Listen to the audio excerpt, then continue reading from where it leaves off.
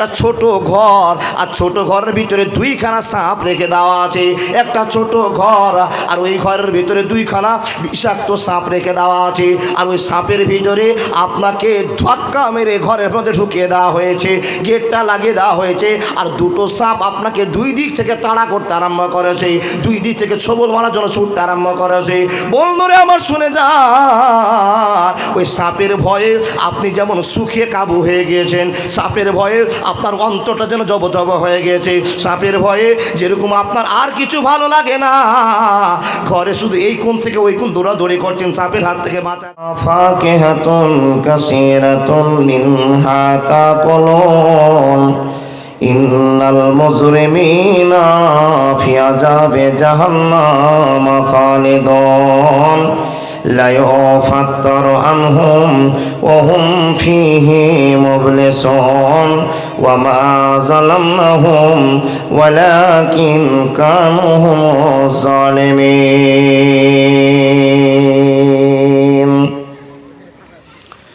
وقال الله تبارك وتعالى في كلامه المجيد والفرقان الحميد بسم الله الرحمن الرحيم تلك الجنة التي نورث من عبادنا من كان تقيا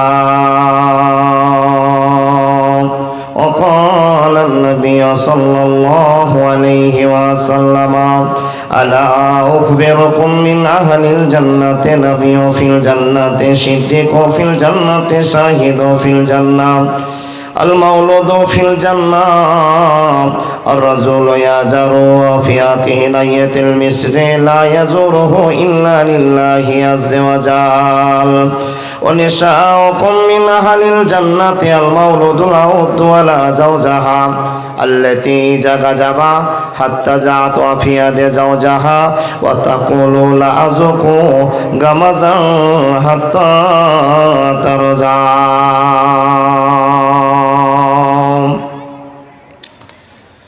10 মিনিটের আবেগ মাগো, 10 মিনিটের আবেগ মাগো, 5 মিনিটের মন কে তুমি মা দেখতে দিলা না এই পৃথিবীর মুখ। 10 মিনিটের আবেগ মাগো, 5 মিনিটের মন কে তুমি মা দেখতে দিলা না এই পৃথিবীর মুখ। জোর করে আসিনি মা তোর শরীরে আমি, পৃথিবীতে সন্তান নাকি মায়ের কাছে দামি। তবে কেন সুখের ভোলে, তবে কেন সুখের ভোলে আমায় পেটে নিলা, কলঙ্কের ভয়ে তুমি আমায় মেরে দিলা। একদিন তুমি আমার কাছে, একদিন তুমি আমার কাছে আসবে ঠিকই মাগো, কি বলবে আল্লাহর কাছে জমা করে রাখো। আমি তো বেঁচে গেছি, আমি তো বেঁচে গেছি, বেঁচে গেল মান, নইলে আমায় বলতো তুমি অবৈধ সন্তান। আমি তো বেঁচে গেছি, বেঁচে গেল মান, নইলে সবাই বলতো তুমি অবৈধ সন্তান। একটু অবৈধ সুখ পেটে মাপ আমায় পেটে নিলা, কলঙ্কের ভয়ে তুমি আমায় মেরে দিলা। একদিন তুমি আমার কাছে, একদিন তুমি আমার কাছে আসবে ঠিকই মাগো, কি বলবে আল্লাহর কাছে জমা করে রাখো। 10 মিনিটের আবেগ মাগো, 10 মিনিটের আবেগ মাগো, 5 মিনিটের মন কে তুমি মা দেখতে দিলা না এই পৃথিবীর মুখ। জোর করে আসিনি মা তোর শরীরে আমি, পৃথিবীতে সন্তান নাকি মায়ের কাছে দামি। লিল্লাহে তাকবীর। আওয়াজটা ভালোবাসার সাথে বলুন না, লিল্লাহে তাকবীর। চলমান সভার যোগ্যতম সভাপতি মহাশয়, উপস্থিত স্টেজ ওলামা ইকরামগণ, উপস্থিত সম্মুখে বসে থাকা দিন প্রিয় ইসলাম প্রিয় সুপ্রিয় শ্রোতা মণ্ডলী, পর্দার আড়ালে বসে থাকা অত্র এলাকার শিক্ষিতা মা ও বোনেরা, লাখো কোটি শুকরিয়া সে আল্লাহর যে আল্লাহ ভিকাহার বদলপুর, তাই কি নাকি, ভিকাহার বদলপুর হাটখোলা জামে মসজিদের উন্নতি কল্পে এক মহতি বিরাট ধর্মীয় জালসার আয়োজন করা হয়েছে। আর সেই জালসায় অত্র এলাকার সকল মানুষকে, যারা আল্লাহর ভয় করে, তাদেরকে বাড়ি ঘর টাকা পয়সা ধন দৌলত সবকে ফেলে দিয়ে এই মহতি জালসায় এসে বসে তার গুনাহ মাফ করার সুযোগ করে দিয়েছেন। সে আল্লাহর লাখো কোটি শুকরিয়া, বলুন আলহামদুলিল্লাহ। তারপরে পরে তার মায়ারা নবী, ভালোবাসার নবী, বিশ্ব নবী, নবী মুহাম্মদুর রাসূলুল্লাহ, জোরে বলুন সাল্লাল্লাহু আলাইহি ওয়াসাল্লামের প্রতি আল্লাহর ভালোবাসা, রহমত, শান্তি বর্ষিত হোক।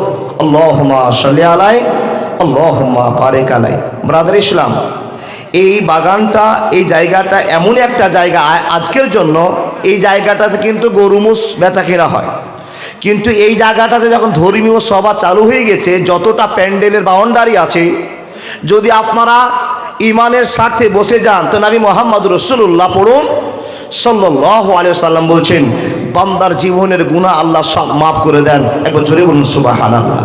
তাহলে এই বাগানটা, এই জায়গাটা এত দামি জায়গা হয়েছে আজকের জন্য, যে জায়গাটা যদি আপনি প্রাধান্য দিয়ে আল্লাহকে খুশি করার উদ্দেশ্যে বসে যান তো আল্লাহ পাক রব্বুল আলামিন বলছেন আপনার জীবনের গুনাহ সব মাফ করে দিবেন। কিন্তু কাবিরা গুনাহ না সাগিরা গুনাহ এটা বলা হয়নি, এটা বলেননি, আপনার জীবনের গুনাহ মাফ হয়ে যাবে। দেখেন, এই রাস্তা দিয়ে কেউ হেঁটে যাচ্ছে, দেখছে এখানে একটা ইসলামী সভা হচ্ছে, লোকটা মোটর সাইকেলটাকে বাজারে দাঁড় করে দিলেন, রোডে দাঁড় করে দিলেন, আর হেঁটে এসে যদি 5 মিনিটের জন্য বসেন তো নবী মুহাম্মদুর রাসূলুল্লাহ আবার বলুন সাল্লাল্লাহু আলাইহি ওয়াসাল্লাম বলছেন আল্লাহ তার গুনাহকে মাফ করে দেবেন। তাহলে এত মূল্যবান জায়গাটাতে আমরা আসার পরেও বাজারের সময়টা ইবলিশ শয়তানের বন্ধু হয়ে কাটিয়ে দিচ্ছি। আর যারা চলে এসেছি ওনাদের কাছে বিনীত আবেদন, আমরা কেউ দাঁড়িয়ে থাকবো না। ইসলামকে এত সস্তা ভাবিয়েন না, কোরআন হাদিসের আলোচনা এত সস্তা ভাবিয়েন না। দাঁড়িয়ে শোনা যায় গান বাজনা, হরেক রকমের তামাশা, কিন্তু ইসলাম সেটা আপনাকে সাপোর্ট করে না। ভদ্রতার সাথে মনের এনার্জিতে কোরআন হাদিসকে বুঝতে হয়। এনার্জি ফেল হয়ে গেলে, এনার্জি না থাকলে কোরআন হাদিস শোনার কোনো প্রয়োজন নেই, আপনার চলে যেতে পারেন। আল্লাহর বান্দা, তাই আপনাকে বলছি, কোরআনের যেমন সম্মান আছে আল্লাহ আপনারও সেরকম সম্মান দিয়েছে। তাই আপনি এই সম্মানকে টিকাবার জন্য, নিজের গুনাহগুলোকে মার্জনা করার জন্য বাগানে বসে গিয়ে আপনার জীবনের সব গুনাহগুলোকে মাফ করে নেন। বলুন আল্লাহ আমিন। আল্লাহ, তুমি আমাদেরকে এই কাজগুলো করার তৌফিক দান করো, যে কাজগুলোতে তুমি খুশি হবে। আল্লাহ সেই কাজগুলো করার তুমি তৌফিক দান করো, সকলে আল্লাহ আমিন।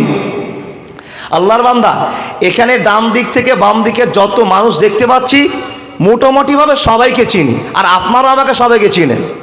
তবে এলাকাটা একটু আলাদা, বাইরে খবর পাচ্ছি আর ভিকাহারে কি মুসলমান আছে? তো মুসলমান নাই মানে, যেই ভিকাহারে 4 বছর থেকে 3 বছরের জালসা হচ্ছে, মুসলমান নাই মানে? বলে হ্যাঁ, এখন তো শুনেছি যে ভিকাহারে অনেক মুসলমান হয়েছে। মুসলমান হওয়ার পরিচয়টা আপনারা দিয়েছেন, আর গত 3 বছর থেকে আলহামদুলিল্লাহ আনাচে কানাচে, গতবার মনে জালসা এখানেই হয়েছিল, তার আগে ওই মসজিদের সাইডে জালসাটা হয়েছিল আলহামদুলিল্লাহ। তাহলে আমরা যে স্টার্ট করেছি ইসলামী সভা, কিয়ামত পর্যন্ত ইসলামী সভা চলবে ইনশাআল্লাহ। আপনি সাথ দিলেও চলবে, ইসলামী সভাতে আপনি সাথ না দিলেও চলবে। বলে কেন? আল্লাহর কাজ আল্লাহর বান্দাকে দিয়ে করে নিবে। আপনার মনের ভিতরের কল্পনা জল্পনা অনেক কিছু থাকতে পারে। দেখেন, কিছু কিছু মানুষের ধারণা জালসা করে 2 জনের লাভ, কার? একটা বক্তাদের আর এক কমিটিদের। এটা মানুষের মুখের কথা, কিন্তু এই কথাটাকে আপনি তো কাটতে পারবেন না। নবী মুহাম্মদ বলছেন ফাজাক্কির ফাইন্নাস যিকরা তানফাউল মুমিনিন। জালসা, খুতবা, তাবলীগ যা করবেন ইমানের স্বার্থে কাজে লাগবে। আল্লাহর বান্দা, আপনারা দান দিচ্ছেন, আপনারও জীবনে কাজ হয়েছে। যদি দান খায়রাত না করতেন ফকির মিসকিন রাস্তাতে দেখে তো পকেটে হাত ঢোকে, জালসা জুলুস দেখে তো পকেটে হাত ঢোকে। যখন কেউ আপনার কাছে চায় তখনই দেওয়ার ইচ্ছা হয়, যদি কেউ আপনার কাছে না চায় তো আপনার টাকা আপনার কাছে জমা থেকে যায়। তাহলে আপনার টাকা যদি আপনার কাছে জমাই থেকে যায় তো আপনি আমল করবেন কখন? টাকা কামাই করবেন আর ঘরে রেখে দিবেন, কাউকে দিলেন না, তাহলে তো আপনার গুনাহ হয়ে গেল, টাকা জমা থেকে গেল। এ টাকা আপনার জীবন একদিন শেষ করবে।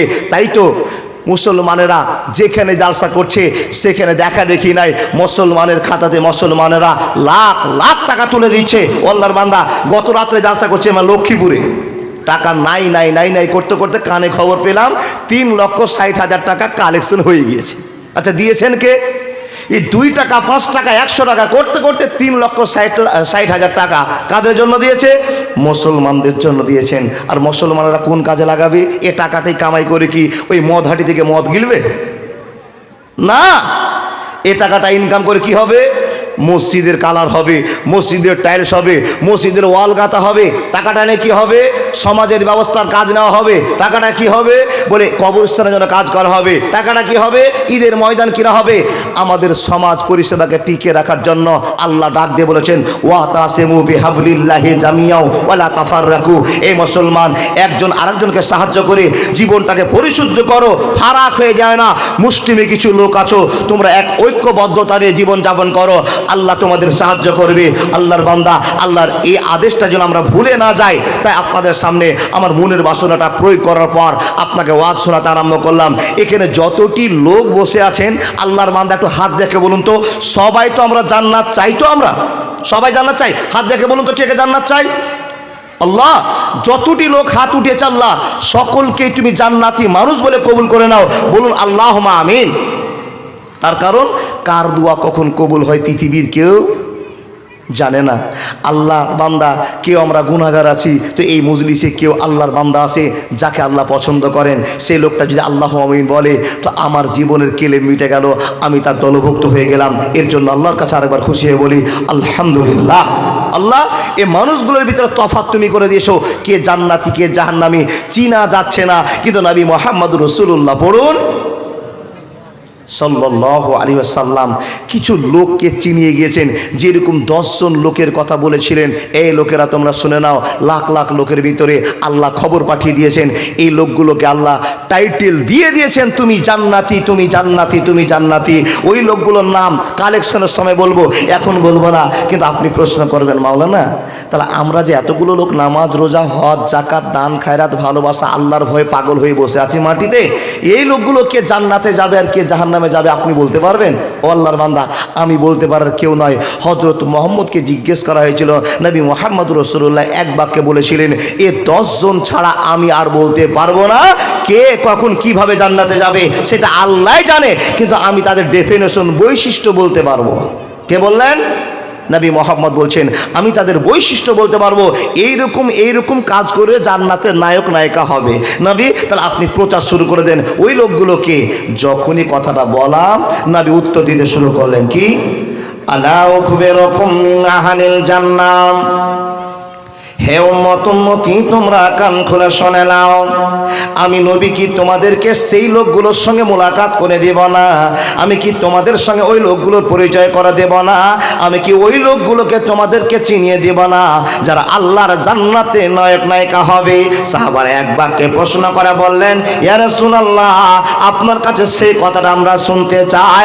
লাখো লাখো লোক সামনে বসে বসে জালসা শুনবে, এরা দান খায়রাত করবে, এরা ভালোবাসার সঙ্গে আল্লাহ তোমাকে ভালোবাসবে। নবী মুহাম্মদের কথা শুনলে চোখ থেকে গড়গড় করে জল ছেড়ে দেবে। নবী গো এতগুলো লোকের ভিতরে কোন কোন লোকেদের বৈশিষ্ট্য আপনি বলবেন যারা জান্নাতে নায়ক নায়িকা হবে?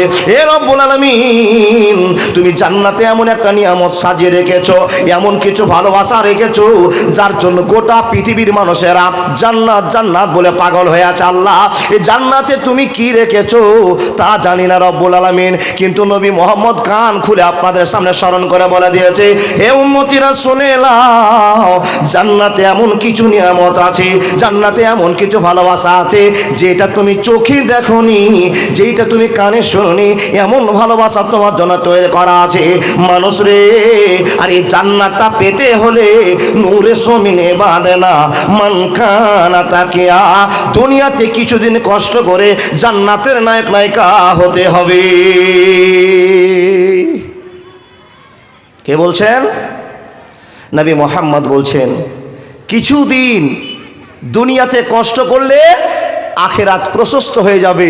এই কষ্টটা যারা স্বীকার করতে পারবে না তাদের জান্নাতের আশা করা জরুরি নয়, তারা জান্নাতের আশা করবে না, সাজা কাটার পর আশা করবেন। এই জন্য যে আপনার কপাল আল্লাহ খুলেছেন, আপনি মুসলমান। মুসলমান আল্লাহর নবী চিনিয়ে বলতে আরম্ভ করলেন, এ মানুষ শোনে নাও, জান্নাতের কত স্বাদ তুমি জানো না, জান্নাতের কত ভালোবাসা তুমি জানো না। একজন নবীকে ঘুরাবার জন্য আকাশে নিয়ে যাওয়া হলো, যার নাম ইদ্রিস, নাকি আমার যার নাম ইদ্রিস। এই আল্লাহর বান্দা, জান্নাতে ঘোরা হলো, জাহান্নামে ঘোরা হলো, আকাশের ময়দানে ঘোরা হলো। রে রাসূলের উম্মতিরা শুনে যান, আল্লাহ নবী ইদ্রিস আলাইহিস সালাতু সালামকে নিয়ে ঘুরতে আরম্ভ করলেন। জাহান্নাম দেখা হলো, ভয়ে কম্পমান হলেন। জান্নাতের কাছে নিয়ে যাওয়ার পর ওই আল্লাহর বান্দা নবী সাহেব বলতে আরম্ভ করলেন, জিবরাইল রে, আমি আর দুনিয়াতে যাব না। কেন যাবে না? কেন যাবে না? আমি তোমাকে তো ঘুরতে নিয়ে এসেছিলাম, আর তুমি বলছো আমি জান্নাত ছাড়া বের হব না। আমি তো ভেজালে পড়ে গেলাম, জুলুমে পড়ে গেলাম। বলে রবকে জিজ্ঞেস করে এসো, আমি এখান থেকে আর বের হতে চাইছি না। কি জন্য বের হতে চাইছি না? এত সৌন্দর্য, এত ভালোবাসা, এত আবেগের পূর্ণ জায়গা আমি আর ছেড়ে যেতে চাইছি না। আল্লাহর বান্দা এই ভালোবাসার টানে তার আকাশে মৃত্যুবরণ করেছে, আকাশে তার মৃত্যু হয়ে গিয়েছে। মানুষের দল শুনে যান, রব্বুল আলামিনের নবী বলছেন, মানুষ তোমরা জানো না সে জান্নাতে কেমন ভালোবাসা আল্লাহ নিযুক্ত করে রেখেছে। হে আল্লাহর নবী, আপনি বলে দেন গো, এই লোকগুলোর ভিতরে কোন কোন লোকেরা জান্নাতে যাবে? তো নবীজি বলছেন, লাখো লাখো লোকের ভিতরে 5 প্রকার পুরুষেরা আল্লাহর জান্নাতের নায়ক হবে। কটা? 5টা। লক্ষ লক্ষ মেয়েদের ভিতরে মাত্র 4টা মহিলা আল্লাহ জান্নাতে যাবে। এটা আমি বলছি না, নবী মুহাম্মদ জান্নাতীগুলোকে চিনিয়ে যাচ্ছেন। দেখেন, নবী মুহাম্মদ যেই তালিকায় চিনিয়েছেন, আমি তার একটু বাইরেও বলতে পারবো না, আর একটু চেপেও বলতে পারবো না। দেখুন, হযরত মুহাম্মদের সামনে আলোচনা শুরু করা হলো, নবী আপনি চিনিয়ে দেন ওই লোকগুলো কারা, যারা জান্নাতে নায়ক নায়িকা হবে। তো নবীজি বলছেন, লাখ লাখ লোকেরা নামাজ পড়বে, লক্ষ লক্ষ লোকেরা দান করবে, সাদকা করবে, আল্লাহকে ভয় করে চলবে। এদের ভিতরে যত পুরুষ আছে, এরা 5টা পুরুষ আল্লাহ জান্নাতে যাবে। ইয়া রাসূলুল্লাহ, মেয়েদের কথা কি আলোচনা হলো না? মেয়েদের কথা নবী বলতে আরম্ভ করলেন, শুনে নাও, লক্ষ লক্ষ মহিলারা নামাজ রোজা হজ যাকাত করবে, এদের ভিতরে মাত্র 4খানা মহিলা আল্লাহ জান্নাতে যাবে। ইয়া রাসূলুল্লাহ, আপনার কাছে জানতে চাই, বুঝতে চাই, আপনি বলে দেন গো নবী, ওই 5টা পুরুষেরা কারা, ওই 4টা মহিলারা কারা? এরা কি জালসাতে আছে কিনা, এই ময়দানে বসে আছে কিনা? তো নবীজি বলছেন, কালা নাম, অবশ্যই তারা আছে, অবশ্যই আছে, কিন্তু কে আছে আমি তা বলতে পারবো না, পারবো না, পারবো না। হে আল্লাহর বান্দারা, নবী মুহাম্মদুর রাসূলুল্লাহ সাল্লাল্লাহু আলাইহি ওয়াসাল্লাম বলতে আরম্ভ করলেন, ও উম্মতিরা শুনে নাও, ওই 5টা পুরুষের ভিতরে কোন কোন পুরুষরা জান্নাতে যাবে তোমরা শুনে নাও। 1 নম্বরে যারা জান্নাতে নায়ক হবে, জান্নাতে নায়ক হয়ে ঘুরবে, পুরুষের ভিতরে তো ওদের ঠিকানা, ওদের টাইটেল তোমরা শুনে নাও। ইয়া রাসূলুল্লাহ, আপনি বলে দেন। তো নবীজি বলতে আরম্ভ করলেন, নবিয়্যু ফিল জান্নাহ, যারা নবী রাসূল হবে ওরা এক বাক্যে আল্লাহ জান্নাতের নায়ক হবে। মুমিন বান্দারে জানিয়া শুনিয়া ভালো ভাই, তুই নামাজ ছাড়িয়া দিলি রে, নামাজ না পড়লে ভাই হবে কত গুনাহ, সেই কথাটা জানলে তুমি নামাজ ছাড়িতে না। মুমিন বান্দারে জানিয়া শুনিয়া কেন ভাই তুই রোজা ছাড়িয়া দিলি রে, সামনে তোমার মরণ হবে, পাতিতে বিছানা, এই কথাটা জানলে তুমি রোজা ছাড়িতে না মুমিন বান্দারে। জানিয়া শুনিয়া কেন ভাই তুই রোজা ছাড়িয়া দিনি রে, জানিয়া শুনিয়া কেন ভাই তুই নামাজ ছাড়িয়া দিনি রে। একবার জোরে বলুন না সুবহানাল্লাহ। আল্লাহর বান্দা দেখুন, নবীজি এক নম্বরে যাদের টার্গেট বললেন, যারা জান্নাতে এক নম্বরে যাবে ওরা নবীরা যাবে। আপনি এক বাক্যে প্রশ্ন করে ঘুরিয়ে বলবেন, ও মৌলভী সাহেব আমরা তো জানি নবী রাসূলেরা আল্লাহর ভালোবাসার পাত্র, তাই ওনারা এক বাক্যে জান্নাতে যাবে।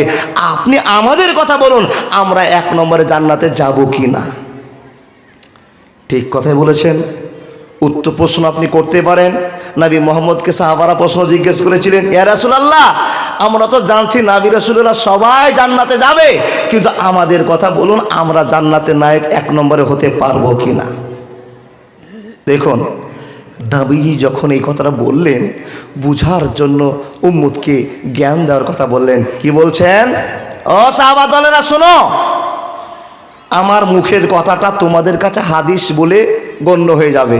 আমি তোমাদের বলি, এক নম্বরে যদি কেউ জান্নাতে যায় নবী রাসূল গুণই জান্নাতে যাবে। সাহাবারা জিজ্ঞেস করলেন, হুজুর তা কেন? বলে ইনাদের আমলের জোর বেশি।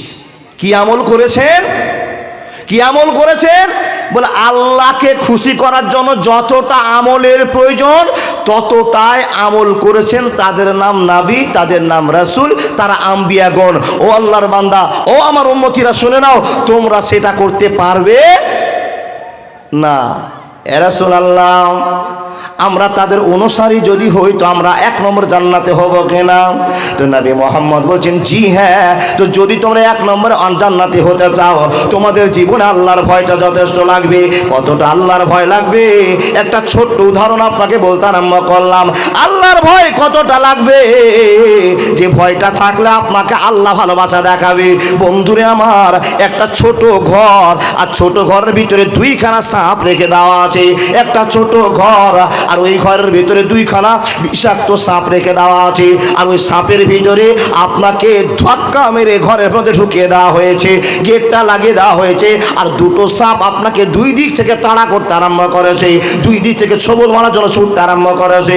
বন্ধুরে আমার শুনে যা, ওই সাপের ভয়ে আপনি যেমন সুখে কাবু হয়ে গিয়েছেন, সাপের ভয়ে আপনার অন্তরটা যেন জবজব হয়ে গিয়েছে, সাপের ভয়ে যেরকম আপনার আর কিছু ভালো লাগে না, ঘরে শুধু এই কোণ থেকে ওই কোণ দৌড়াদৌড়ি করছেন সাপের হাত থেকে বাঁচার জন্য। নবীজি বলছেন ততটাই আল্লাহকে বলে ভয় রাখতে হবে, না হলে ঈমানের সন্ধান পাওয়া যাবে না। আল্লাহর বান্দা যারা দাঁড়িয়ে যাচ্ছেন, খুব বিনীত আবেদন করছি, দাঁড়ালে খুব সমস্যা। কথা বলতে বলতে কেউ মুখ একবারে পূর্ব দিকে ঘুরিয়েছে, দেখেন এদিকে বাম দিকে অনেক ফাঁকা আছে। ও আল্লাহর বান্দা আসুন না, বাম দিকে অনেক ফাঁকা আছে, চলে আসবে। আলহামদুলিল্লাহ, আলহামদুলিল্লাহ। দেখুন এই জন্য তো বলি, যারা আল্লাহর প্রকৃত বান্দা তারা অবশ্যই বাগানে বসে, ফুল বাগানে বসে জীবনের গুনাহটা মাফ করে নেবেন। দেখেন দেখেন দেখেন দেখেন আমার দিকে, আল্লাহকে কতটা ভয় করব। একটা ছোট্ট ঘর, আর ঘরে দুটো সাপকে ছেড়ে দেওয়া আছে। যেই সাপগুলো আপনাকে কামড় দেওয়ার জন্য তাড়া করছে, আর আপনি লুকাবার জন্য আপ্রাণ চেষ্টা করছেন, পারেন না যে ওই বিল্ডিংয়ের ওয়ালটাকে ফাটিয়ে দিয়ে বাইরে বেরিয়ে যান। উপায় আপনার নেই, উপায় আপনার নেই।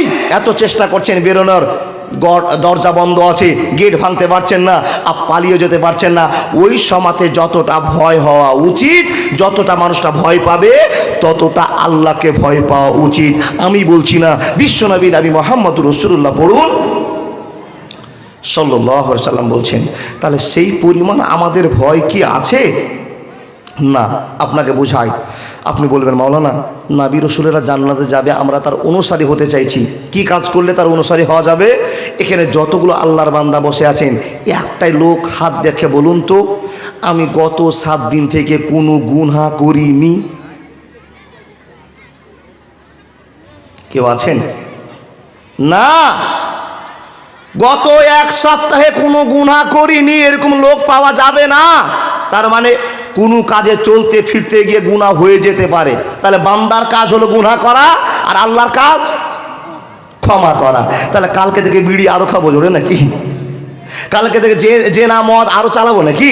না, বান্দার কাজ চলতি পথে গুনাহ হয়ে যাওয়া। আচ্ছা ছেড়ে দিলাম, গুনাহ হয়েছে, একটা লোক হাত দেখে বলুন মাওলানা গুনাহ যখন আমার হয়ে গেছে, আমি বুঝলাম যে আমার জীবনে গুনাহ হয়ে গেছে, চুপ করে মসজিদে চলে গেলাম, আর মসজিদে 2 রাকাত নামাজ পড়ে হাত তুলে তুলে মসজিদে আজকে আমি কেঁদেছি, এমন কাঁদো কেঁদেছি যে আমার চোখ থেকে গড় গড় করে চোখের জল পটপট করে মসজিদের মাটিতে পড়ে গেছে।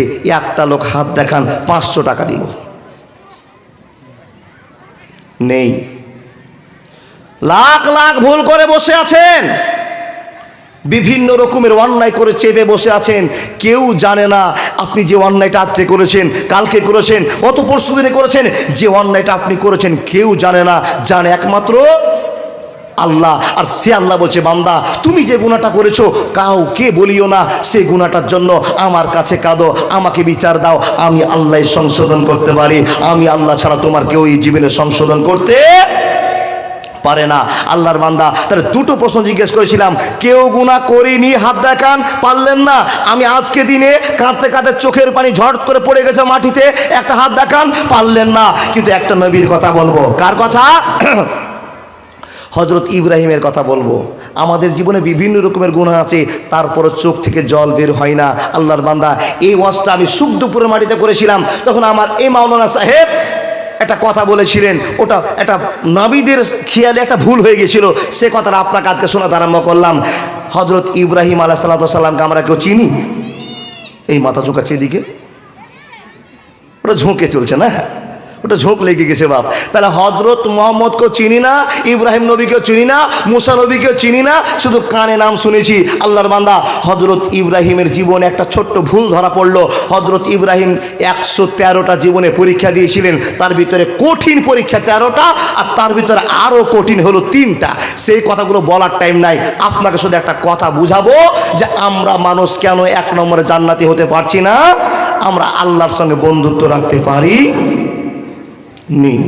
বন্ধু আমার, ইব্রাহিম নবীর কথা শুরু করে দিলাম। হযরত ইব্রাহিম ওয়াইজ ক্বালা ইব্রাহিম রব্বি আরিনি কাইফা তুহিল মাউতা ক্বালা আওয়ালাম তুমিন ক্বালা বালা ওয়ালাকিন লিয়াতমাইন্না কলবি। বন্ধু আমার শুনে নিন, হযরত ইব্রাহিম আলাইহিস সালামের জীবনে একটা ঘটনা ঘটে গেল। কি ঘটনা ঘটলো চট করে কথাটা বোঝার জন্য ডেলিভারির জন্য কথা বলতে আরম্ভ করলাম। হে রাসূলের উম্মতিরা, দাদা বন্ধুরা, বাবাজি আমার মনোযোগ দিয়ে শুনে যান, মা বোন আপনারা মনোযোগ দিয়ে শুনে যান। হযরত ইব্রাহিম কতদিন আল্লাহর কাছে কেটেছিলেন, আর গুনাহটা কত বড় করেছিলেন। আমার সমান গুনাহ হয়নি, আপনার সমান গুনাহ করেনি, এই জন্য আল্লাহর কাছে এত কাঁদলেন, এত কাঁদলেন, আর এত কাঁদার পরে মনে সান্ত্বনা পেলেন না। ভুলটা কি, ভুলটা কে? বন্ধুরে আমার, এ আল্লাহর বান্দা হযরত ইব্রাহিম যেখানে বক্তব্য রাখতে যান, ও আল্লাহর বান্দারা আল্লাহকে এক বলে বিশ্বাস করে নাও, আল্লাহ ছাড়া কাউকে তোমরা মানিও না।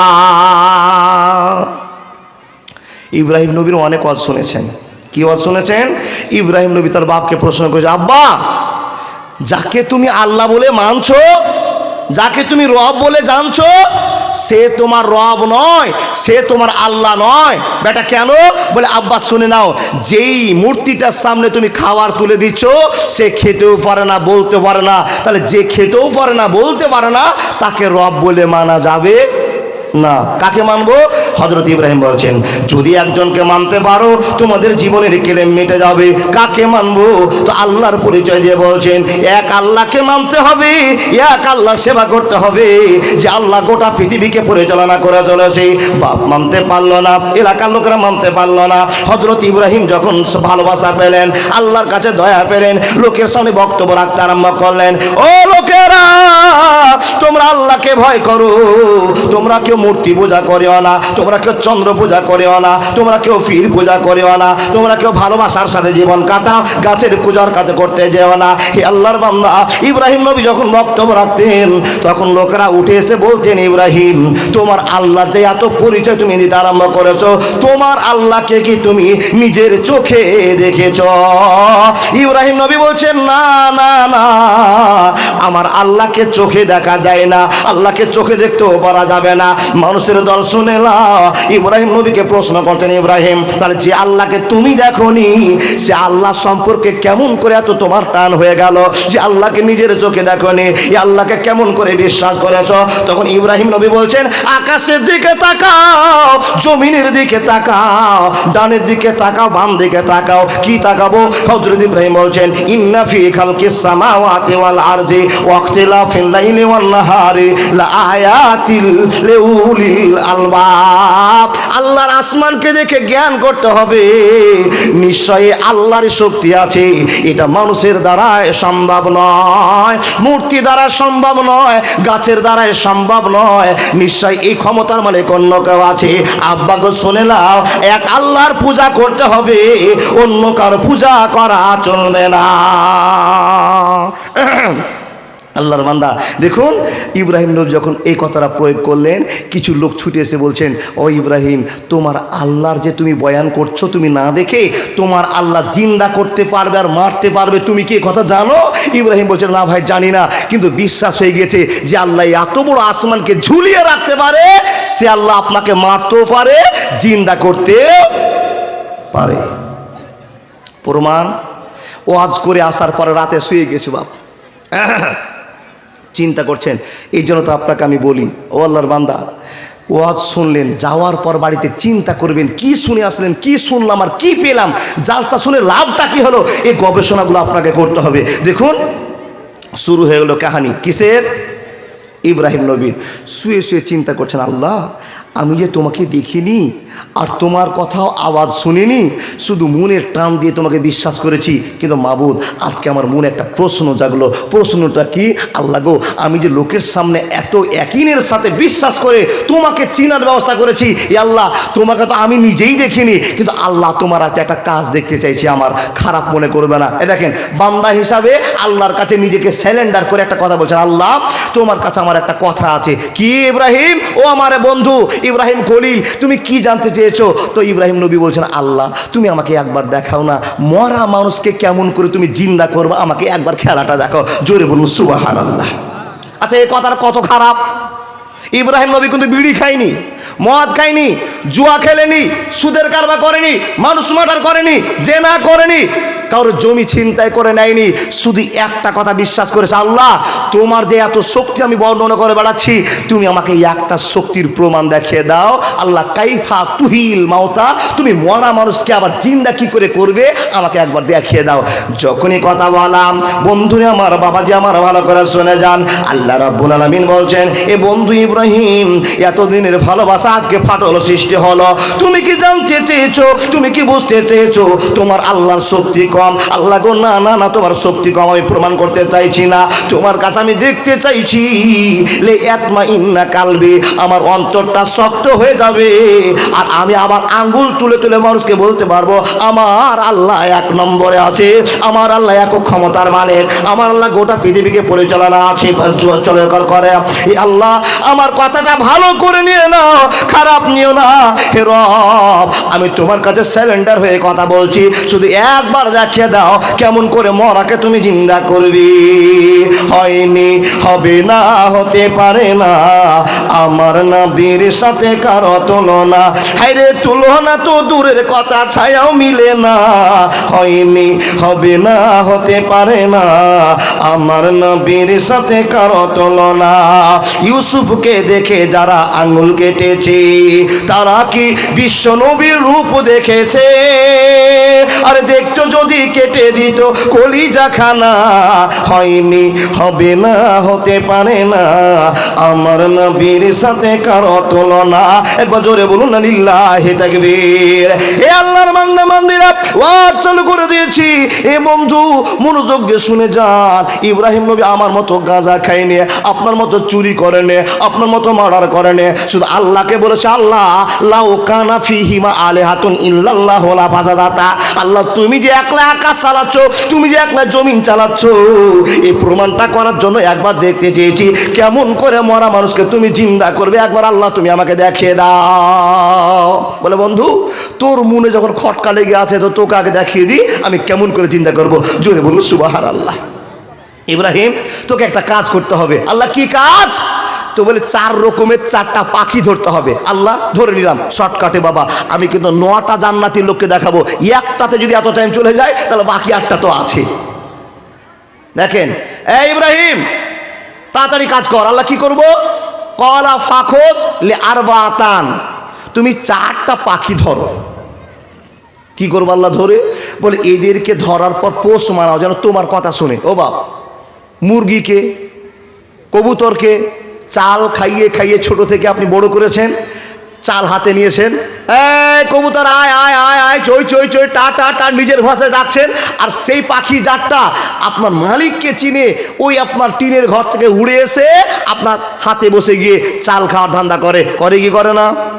ইব্রাহিম নবীকে বলছেন, ইব্রাহিম তাহলে তুমি ওইদেরকে আগে পোষ মানিয়ে নাও যেন তোমার কথা শুনে তোমাদেরকে আসে, তাহলে পরীক্ষা করতে ভালো সুবিধা হবে। আল্লাহ তাই করে নিয়েছি। বলে সবকে পোষ মানিয়ে নিয়েছো তো? বলে 4 রকমের পাখি ধরেছো তো? বলে হ্যাঁ ধরেছি। কি কি ধরেছো? বলে মুরগি ধরেছি, কবুতর ধরেছি, ঘুঘু ধরেছি, হাঁস ধরেছি। বলে এদেরকে জবাই করে দাও। আল্লাহ জবাইও করা হয়ে গেছে। শর্টকাটে টাইম বাপ আপনাকে বুঝাই, জবাই করা হয়ে গেছে। এগুলোকে জবাই করে দেওয়ার পর সব মাংসগুলোকে এক জায়গায় ঢেলে দিয়ে মিশ্রিত করে দাও, মিশাল করে দাও যেন ঘুঘুর মাংস আর কবুতরের মাংস চিনা না যায়। যেন সুবহানাল্লাহ বলো, চিনা যেন না যায়। ও বাপ, হাঁসের মার্গর মুরগির মাংস এক জায়গাতে রেখে চিনা মুশকিল আছে, তাই না বাবা? তো আপনাকে বোঝার জন্য বলছি, সবগুলোকে মিশ্রিত করে দেওয়ার জন্য চিনা না যায়। আল্লাহ চিনাও হয়ে গেছে। কি করতে হবে? আল্লাহ বলছেন, ইব্রাহিম তোমার মনের জিন্দেগিটাকেই তোমার কেলেমটাকে মিটার জন্য এবার আমি ফাইনাল খেলা দেখাবো। বন্ধুরে তোমাকে এবার ফাইনাল খেলার জন্য তৈরি হতে হবে। আল্লাহ কি খেলা দেখাচ্ছ তুমি দেখে নাও। বলে তুমি দেখতে চেয়েছো আমি কেমন করে মরাকে জিন্দা করি, তোমার সামনে আজকে আমি দেখিয়ে দিচ্ছি, দেখে নাও, বুঝে নাও, দেখে নাও। বন্ধুর প্রেমে কি আনন্দ কেউ তো জানে না, প্রেম বিনে প্রাণ বন্ধুরে দেখা পাবে না। ইব্রাহিম নবী প্রেম করিল, নমরুদ তারে আগুনে দিল। ইব্রাহিম নবী প্রেম করিল, নমরুদ তারে আগুনে দিল। এ শুধু প্রেম নয়, প্রেমের ছলনা, প্রেম বিনে প্রাণ বন্ধুরে দেখা পাবে না। আল্লাহর বান্দা কথা বলতে আরম্ভ করলাম, মনোযোগ দিয়ে শুনে যান। এই রাসূলের উম্মতিরা, আল্লাহ বলছেন ইব্রাহিম যে মাংসগুলোকে এক জায়গায় মিশাল করে দিয়েছো, এই মাংসগুলোকে 4 ভাগ করে 4 জায়গাতে তুমি রেখে দাও। হযরত ইব্রাহিম বলছেন, আল্লাহ রেখে দেওয়া হয়ে গেছে, এবার তোমার শক্তি প্রমাণ করে দেখিয়ে দাও রব্বুল আলামিন। এবার তোমার খেলাটা তুমি চালু করে দাও। ইব্রাহিমকে বলছে, ইব্রাহিম যে মাংসগুলোকে এক জায়গায় মিশাল করে দিয়েছো আর তাদেরকে ভাগ ভাগ করে রেখে দিয়েছো, এবার যে পাখিগুলোকে তুমি জবাই করেছো সেই পাখিগুলোর নাম ধরে এবার ডাকো। যদি তোমার সেই মাংস থেকে পাখি জিন্দা হয়ে যায় তাহলে তোমাকে বুঝে নিতে হবে আমি আল্লাহ শক্তি রাখি, প্রত্যেকটা মানুষকে কবরে ঢুকিয়ে দেওয়ার পর আবার উঠাতে পারবো। এটা তোমাকে বিশ্বাস করে নিতে হবে। হে রব্বুল আলামিন, এই খেলা দেখার জন্য তো, আমার নিজের মনকে শক্ত করার জন্য তো তোমাকে প্রশ্নটা করেছিলাম। বন্ধু আমার, হযরত ইব্রাহিমকে যখনই বলা হলো ইব্রাহিম ডাকে বার, যে পাখিগুলোকে তুমি জবাই করেছো ডাকতে আরম্ভ করো। বন্ধুরে আমার, ইব্রাহিম নবী কবুতরের নাম ধরে ডাকতে আরম্ভ করেছে, মুরগির নাম ধরে ডাকতে আরম্ভ করেছে। আর মাংস থেকে ছুটে ছুটে তৈরি হয়ে আবার সুন্দর মুরগি হয়েছে, আবার সুন্দর হাঁস হয়েছে, সুন্দর কবিতর হয়েছে। আবার হযরত ইব্রাহিমের দিকে আসতে আরম্ভ করেছে। যখনই দেখেছে মাংস থেকে আবার জিন্দা মুরগি হয়েছে, তখনই ইব্রাহিমের মুখ থেকে একটা বেরিয়ে গেল, ইন্না লিল্লাহি ওয়া ইন্না ইলাইহি রাজিউন। প্রশ্ন করবেন মাওলানা, এটা তো বিপদের সংকেত, যদি বিপদ হয়ে যায় তো ইন্না লিল্লাহ বলতে হয়, এখানে কি ইন্না লিল্লাহ হলো? বন্ধুরে আমার, ইব্রাহিম নবীর মনের একটা সন্দেহ হয়ে গেল, আল্লাহ তোমাকে পরীক্ষা করে মনে আমি বিপদে পড়ে গেলাম, ইন্না লিল্লাহ আমি কেন ভুল করলাম, কেন ভুল করলাম? মাবুদ রে, আসমান দেখে তোমাকে বিশ্বাস করেছি, তারা দেখে বিশ্বাস করেছি, সূর্য দেখে বিশ্বাস করেছি, তারপর আবার অন্তরকে শক্ত করার জন্য প্রশ্ন করে দিয়েছি, আল্লাহ তুমি আমাকে ক্ষমা করে দাও, ক্ষমা করে দাও, ক্ষমা করে দাও। একবার জোরে বলুন না লিল্লাহি তাকবীর। বন্ধুরে আমার, আল্লাহর কাছে কাঁদতে আরম্ভ করলেন, আল্লাহ কেন তোমাকে সন্দেহের মধ্যে রাখলাম, কেন পরীক্ষা করলাম, কেন পরীক্ষা করলাম, কেন ভুলটা করলাম, কেন ভুলটা করলাম? আজান হচ্ছে বন্ধুরে আমার, হাইয়া আলাল ফালাহ, আল্লাহু আকবার, আল্লাহু আকবার, লা ইলাহা ইল্লাল্লাহ। ইব্রাহিম নবী নামাজ পড়তে গিয়েছেন, নামাজ কমপ্লিট হয়ে গেল, মন মানতে পারলো না, মসজিদের কোণে কোণে ডুকরে ডুকরে কাঁদতে আরম্ভ করলো, আল্লাহ কেন তোমাকে আমি প্রশ্নটা করলাম, কেন ভুলটা করলাম, এ আল্লাহ তুমি আমাকে ক্ষমা করে দাও, ক্ষমা করে দাও। কতদিন কাঁদলেন, কতদিন কাঁদলেন, কতদিন কাঁদলেন, কতদিন কাঁদলেন। বন্ধুরে আমার, আব্বা জানেরা, আমরা জেনা করে বসে আছি, মদ খেয়ে বসে আছি, সুদ খেয়ে বসে আছি, আল্লাহকে চিনতে পারলাম না।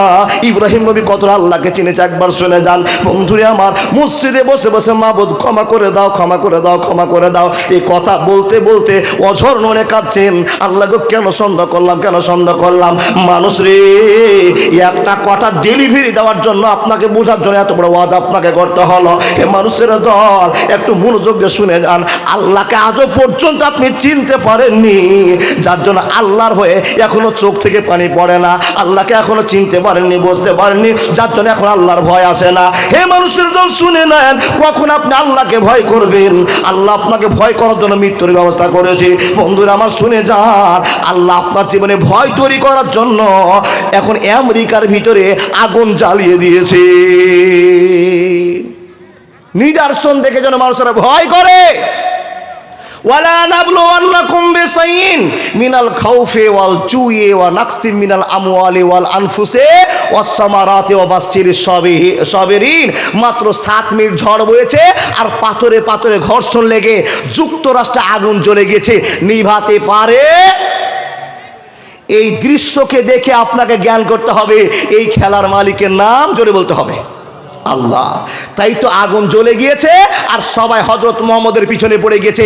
হযরত মুহাম্মদ আজ থেকে 1400-1450 বছর আগে যেই গল্পগুলো বলেছিল, আজকে তার বাস্তবায়িত হতে চলেছে। তার কারণগুলো আজকে দাঁড়িয়ে গিয়েছে। হযরত মুহাম্মদের প্রশংসায় প্রশংসিত হচ্ছে। মোবাইল খুললে দেখতে পাবে, আমি যদি ভুল বলি মোবাইল খুলুন, দেখতে পাবেন হযরত মুহাম্মদের কত নাম, আর আমাদের ধর্মগ্রন্থ কোরআনের কত নাম। কোরআনকে আজকে জায়গাতে তুলে ধরেছে। ও বাপ, যখন বিপদ আসবে তখন আপনি আল্লাহকে চিনবেন, বিপদ সরে যাবে, আল্লাহকে থেকে আপনি ভুলে যাবেন। এটাই তো বান্দার কর্ম কীর্তি। ও আল্লাহর বান্দা, আল্লাহ বলছেন, আমার পাশে যদি থাকো আমি তোমার পাশে থাকবো, তোমাকে অসুবিধা হতে দিব। আমি আল্লাহ ছাড় দিয়েছি, ছেড়ে দিই নি। আল্লাহর বান্দা, এখন বলি, 1 নম্বর আমরা জান্নাতে আর যেতে পারলাম না কেন? গুনাহ আমাদের যারা চলতে ফিরতে হয়ে যেতে পারে। যখনই গুনাহ আমার হয়ে গেছে, রাস্তায় হাঁটছেন, আল্লাহ আজকে সারাদিনে যে কি গুনাহ করে দিলাম, মনে হয় তুমি ক্ষমা করবে না মাবুদ, তুমি ছাড়া তো ক্ষমা করার কেউ নাই, আল্লাহ তুমি আমাকে ক্ষমা করে দাও। এই কথাটা শোনার জন্য আল্লাহ বসে আছে, অপেক্ষা করে আছে, আমার বান্দা আমার কাছে চাক, আমি ক্ষমা করে দিব। কিন্তু আমার মতো আপনার মতো বান্দাটা এটাই কথা বলতে পারলো না, আল্লাহ তুমি আমাকে ক্ষমা করে দাও, আমার জীবনে যদি কোনো ভুল হয়ে থাকে। এই কথাটা শোনার জন্য অপেক্ষা করে আছে, আমরা বলতে পারলাম না। তাহলে জান্নাতে কি করে যাবো আল্লাহর বান্দা? আর আল্লাহ বলছেন, নূর এসমিন এবাদেনা মান কানা তাকিয়া, তোমাদের পরশগারিতা, ভদ্রতা, নম্রতা প্রমাণ করবে তুমি জান্নাতে যাবে না জাহান্নামে যাবে। দেখেন, আমার ওয়াজ কিন্তু দূর দূর করে পার হয়ে চলে যাচ্ছে, আর সময়ও পার হয়ে চলে যাচ্ছে। আপনাকে আমি বুঝাতে আরম্ভ করলাম। নাম্বার 2, জান্নাতে কারা যাবে? তাহলে 1 নম্বর বুঝে গেলাম, গুনাহ মানুষের দ্বারা হয়। আমরা আল্লাহর কাছে ক্ষমা চেয়ে আমার জীবনটাকে আবার ইহদিনাস সিরাতাল মুস্তাকিমের দিকে নিয়ে যাব, তবেই আমরা 1 নম্বর জান্নাতের নায়ক হতে পারবো। নাম্বার 2, যারা জান্নাতে যাবে, নবী মুহাম্মদ বলছেন, এ উম্মতিরা শুনে নাও, ওরা কারা? বলে সিদ্দিকু ফিল জান্নাহ, সিদ্দিকেরা যাবে জান্নাতে। এবার সিদ্দিক কে গো বাবা? কেন লোকগুলো উঠছে? পেচ্ছাপ লেগেছে না পায়খানা লেগেছে গো? ওয়াজ ভালো হয় না, তাই না? আপনারা কথা বুঝতে পারছেন? 2 নম্বরে যদি জান্নাতে যায় তো সিদ্দিকেরা জান্নাতে যাবে। সিদ্দিক কারা? যারা সিদ্দিকের পরিচয় পাবে তাদের ঠিকানা নবী মুহাম্মদ বলেছেন। আর আমি আপনাদেরকে চেনার জন্য বলছি, যারা এক কথায় আল্লাহর ভয়ে জীবন যাপন করে, দুনিয়ার ঝুট ঝামেলায় জীবন রাখে না, সমাজ পরিবেশকে, পরিবারকে আদর্শ পরিমাদের মধ্যে চালায়। লোকটা নিজে নামাজি, ছেলে নামাজি, বৌমা নামাজি, পরিবারকে একবার আদর্শ ফ্যামিলি তৈরি করে দিয়েছে। ওই পরিবারটাকে সিদ্দিকের পরিচয় দেওয়া যেতে পারে। সিদ্দিক কারা? যারা সত্যবাদী, জিন্দা থাকতে থাকতে যদি মানুষ তাকে আঘাত করে মেরে দেয় একটা মিথ্যা কথা বলার জন্য, সে মিথ্যা কথা বলতে পারবে না, তাদের পরিচয় সিদ্দিক। আচ্ছা একবার চোখ বন্ধ করে দেখেন তো আমাদের এই মহলটাতে একটা সিদ্দিক পাওয়া যাচ্ছে কিনা, যেরকম লোক আছে কোনোদিন মিথ্যা কথা বলে না, লোকটা সবসময় সুবহানাল্লাহ আলহামদুলিল্লাহ লা ইলাহা ইল্লাল্লাহ তাসবিহ তাহলিল করে, আর ছেলে মেয়েদের সঙ্গে পড়োশীদের সঙ্গে মানুষের সঙ্গে খুব ভালো ব্যবহার করে, এমন একটা লোক পাওয়া যাচ্ছে বাবা। দেখেন চিন্তা ভাবনা করে, গোটা ডুবা কেন পশ্চিমবাংলা শেষ করলে মনে হয় পাওয়া যাবে না, কিন্তু অবশ্যই আছে, আছে সিদ্দিক লোক আছে, সত্যবাদী লোক আছে, যারা আল্লাহ ছাড়া কাউকে সম্মান দেয় না, আল্লাহর ভয় দিন কাটায়। আমি তো মনে মনে ভাবছি এই যে হাটটাতে আমরা এশিয়ার নাম ভিকাহার হাট, যত সিদ্দিক মনে ভিকাহারের আছে। তার কারণ খালি বিশদবারে আসতে হবে, যেই যেটা কর্ম করে টাকা ইনকামের জন্য 1 ঘন্টার ভিতরে 1000টা মিথ্যা কথা বলে। ধানের পাইকার বলেন, গরুর পাইকার বলেন, ছাগলের পাইকার বলেন, মুরগির পাইকার বলেন, ক্রেতা বলেন, খরিদ্দার বলেন, যা বলবেন, যতক্ষণ হাটটা চলে খালি মিথ্যাই চলে। কথা ঠিক না ভুল? সুবহানাল্লাহি ওয়া বিহামদিহি। যদি ধান বিক্রি করতে এসছেন, ধানের বাজার যদি 600 টাকা মন চলে, তো পাইকার বলছে বাজার খুব খারাপ, বাজারের টান আছে, কিন্তু এসে বলছে বাজার খুব খারাপ, কত চলবে? 450। জি, হাটে কিছু লোক আছে দেখেন মরা গরু নিয়ে দাঁড়িয়ে আছে, আর ওই যে ভিতরে একটা আংটি রয়েছে, বাবা আমাকে তো সবাই চিনেন, আংটির ভিতরে যে সূচ ভরা আছে খরিদ্দার সেটা জানে না, আর মরা গরুর গায়ে চটাম করে চড় বেড়ে দিয়েছে, আর আল ফুড়ে দিয়েছে, আর মরা গরু জিন্দা হয়ে মারলো টাপ। তখন এই পাইকার কি বলছে জানেন? এই আমার গরু চলে যাচ্ছে, যদি ধরতে না পারিস তো খবর আছে তোর।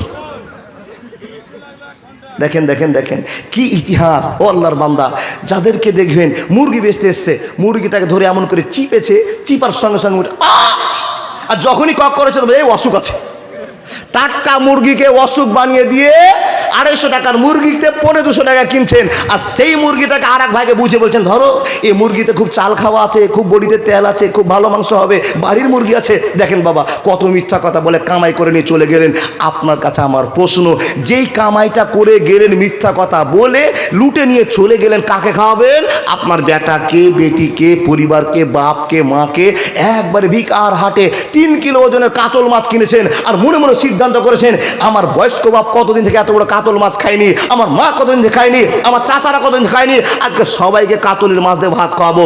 শখ করে টাকা নিয়ে গেলেন। ও আল্লাহর বান্দা, টাকাটা কি করে কোনো মানুষকে ঠকে নিয়েছেন, দিয়ে চলে গিয়েছেন। কসম আল্লাহর বলছি, গোটা পৃথিবীর মানুষকে যদি খাইয়ে নেন, গোটা পৃথিবীর মানুষ আনন্দ করে খাবে বটে, খাবে বটে, কিন্তু হিসাবটা আপনাকে একলাই লাগবেও বটে। ওরা খেয়ে স্বাদ পেয়েছে, কিন্তু আমি বলছি না সব পাইকার একই, সব মানুষ একই, এই কথা আমি বলতে পারছি না। ও আল্লাহর বান্দা, আপনাকে তো নবী মুহাম্মদ বলে দিয়েছেন তোমার কাজ হলো ইনকাম করা। তুমি যদি মাসে গিয়ে হকারি করো, এই বাদাম, এই বাদাম, এই বাদাম, বাদাম বাদাম করতে করতে করতে সন্ধ্যার সময় দেখছো মাত্র 165 টাকা তোমার ইনকাম হয়েছে, ওই 165 টাকা দিয়ে জীবনযাপন করো। 5000 টাকার আশা করিও না, তবে তোমার জিন্দগিটা সঠিক জিন্দগি হবে, তোমাকে ইমানদারের পরিচয় দেওয়া হবে। লাখ লাখ টাকা কামাই করে নিয়ে গেছো যাদের জন্য, আজকে মরলে কালকে 2 দিন, পরের দিন কেউ কাঁদবে না, যাদের জন্য করলে কামাই মরলে তারা চিনবে না। কেজি খুশিতে না পাগল হয়ে গেছো? সুবহানাল্লাহ, মাথা তো ঠিকই আছে লাগছে। এই তাবলি বাজাতে হবে? ই আল্লাহ। দেখেন আজকে মরলে কালকে 2 দিন, পরের দিন কেউ কাঁদবে না, যাদের জন্য করলে কামাই মরলে তারা চিনবে না। আপনি আপনার বাপকে চিনেন না, আপনার বাপের আজকে 13 বছর হয়ে গেল মরা, কবরের পাশে ঘুমিয়ে আছে। একটা ছেলে উঠে বসুন তো, আমার বাপের জন্য প্রত্যেক দিন নামাজ আমি দোয়া করি, একটা বলুন, একটা বলুন, কেউ পারবেন না। কোনো দিন যদি বাপের কথা মনে পড়ে তো একটু দুঃখ আসলো, দুঃখ করে একবার কাঁদলেন, আল্লাহর বান্দা, আর আপনার জন্য অপেক্ষা করে আছে আপনার বাপ কবর থেকে, আল্লাহর বান্দা। তাহলে আমরা গোটা পৃথিবীতে সিদ্দিক বলা যাবে না। বলে মৌলভী সাহেব তোমরা কি সিদ্দিক? না, আমরাও সিদ্দিক নয়, ভেজালে সিদ্দিক। আমরা জালসা করবো, ঠুকে টাকালে চলে যাব। জানি না কে সিদ্দিক, আল্লাহর কাছে পরিচয় তো ভালো রাখার চেষ্টা করছি, আল্লাহর বান্দা। তাহলে সিদ্দিক ছাড়া জান্নাতে যাবে না। বন্ধু আমার শোনেন, নাম্বার 3 বলতে আরম্ভ করলাম, নবী মুহাম্মদুর রাসূলুল্লাহ সাল্লাল্লাহু আলাইহি ওয়াসাল্লাম বলছেন, নাম্বার 3 যারা লাখো লাখো লোকের ভিতরে ভেদ করে জান্নাতে চলে যাবে। 1 নম্বরে নবীরা জান্নাতে যাবে, 2 নম্বরে সিদ্দিকরা যাবে, নাম্বার 3 শাহিদেরা আল্লাহর জান্নাতে যাবে। বন্ধু আমার, শাহিদ কাদেরকে বলা হয়? শাহিদ কাদেরকে বলা হয়? যারা আল্লাহর রাস্তায় দ্বীনকে টিকাবার জন্য আল্লাহর রাস্তায় জিহাদ করতে গিয়ে মরে গিয়েছে, এদেরকে শাহিদ বলা হয়েছে। বন্ধুরে আমার, শাহিদের কত মান, কত দাম, কত নাম আপনি কি জানেন? নবী মুহাম্মদ বলছেন, যারা মরে গিয়েছে, যারা শহীদ হয়ে গেছে, ওদেরকে মৃত বলিও না, মৃত বলিও না। কেন কেন কেন মৃত বলা হবে না? ওরা আল্লাহর কাছে জীবিত অবস্থায় আছে। ওরা বারবার হুঙ্কার ছাড়ছে যে আল্লাহ আমাকে আবার ছেড়ে দাও, আবার দুনিয়াতে পাঠিয়ে দাও, আবার জিহাদ করার সুযোগ করে দাও। এদেরকে মৃত বলিও না, মৃত বলিও না। শাহিদেরা আল্লাহর জান্নাতে যাবে। কয় নম্বরে? 3 নম্বরে। দেখেন, শাহিদদেরকে উনি একটা সমস্যা শুরু হয়ে গেছে। একদিনের গল্প করব। দেখেন, শহীদ যারা হয়েছে তারা আল্লাহর ভালোবাসাকে টিকাতে গিয়ে নিজের কোনো স্বার্থ নয়, আল্লাহর স্বার্থ টিকাতে গিয়ে শহীদ হয়ে গেছে। দেখেন, সেই যুগের একটা গল্প আপনাকে বলি। হযরত আলীকে তো আমরা সবাই জানি না, না চিনি? জানি, চিনি না। খুব ভুল করবেন না বাবা। চিনে আপনি চিনলে বলবেন দেখেছেন, আর জানলে কানে শুনেছেন। তো আমরা সবাই জানি, চিনি না। হযরত আলী যুদ্ধে পাগল হয়ে আছেন। কথা বলছি শুনেন, যুদ্ধে পাগল হয়ে আছেন, যুদ্ধ চলছে। আর একজন বেঈমানকে হাতের নাগালে পেয়েছে। যখন লোকটাকে হাতের নাগালে পেয়েছে, মাটিতে শুইয়ে দিয়ে তার গলাতে তারওয়াল ঘুষতে যাবে, এমন তো সময় সে লোকটা একবারে মুখ থেকে থুক বের করে থু। কাকে দিলেন? হযরত আলীকে। বন্ধুরে আমার, যুদ্ধ করার সময় আল্লাহর ভয় রাখতে হবে। একদিকে তারওয়াল চলবে আর একদিকে আল্লাহর ভয় রাখতে হবে। কেমন করে চলবে? মানুষকে অন্যায়ভাবে হত্যা করা যাবে না, আপনাকে মার্ডার করা যাবে না। আপনার জন্য এই আইন চালু করা নাই। বন্ধুরা আমার, নিজের স্বার্থের জন্য নয়।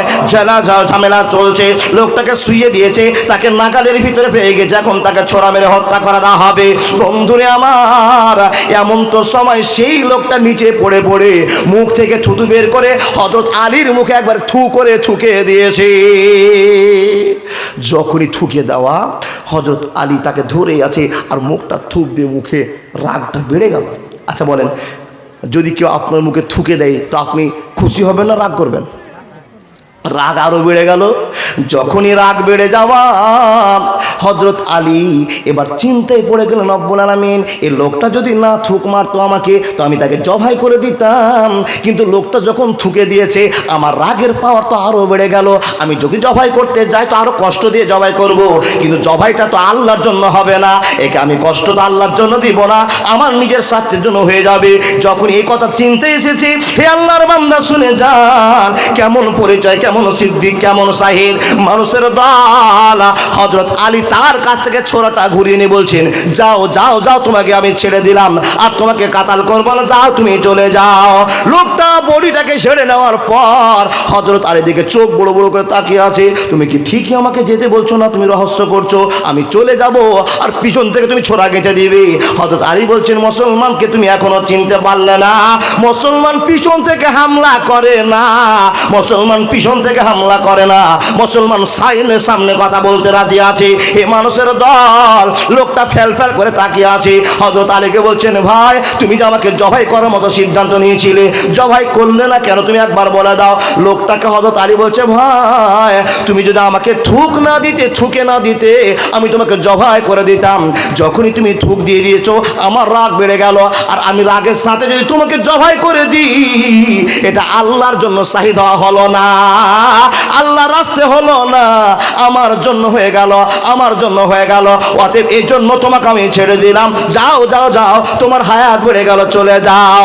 যখন এই কথা বলা, হে মানুষের দল, বন্ধু বড় আমার আব্বা জান, মা বোন আমার শুনে যান, লোকটা বলছেন, যে ধর্মে এত ভালোবাসার কথা প্রমাণ আছে, যে লোকগুলো এত ভালো, সেই লোকগুলোকে আমি কেন ভালো মানবো না? কেন তার আল্লাহকে মানবো না? তার নবীকে কেন মানবো না?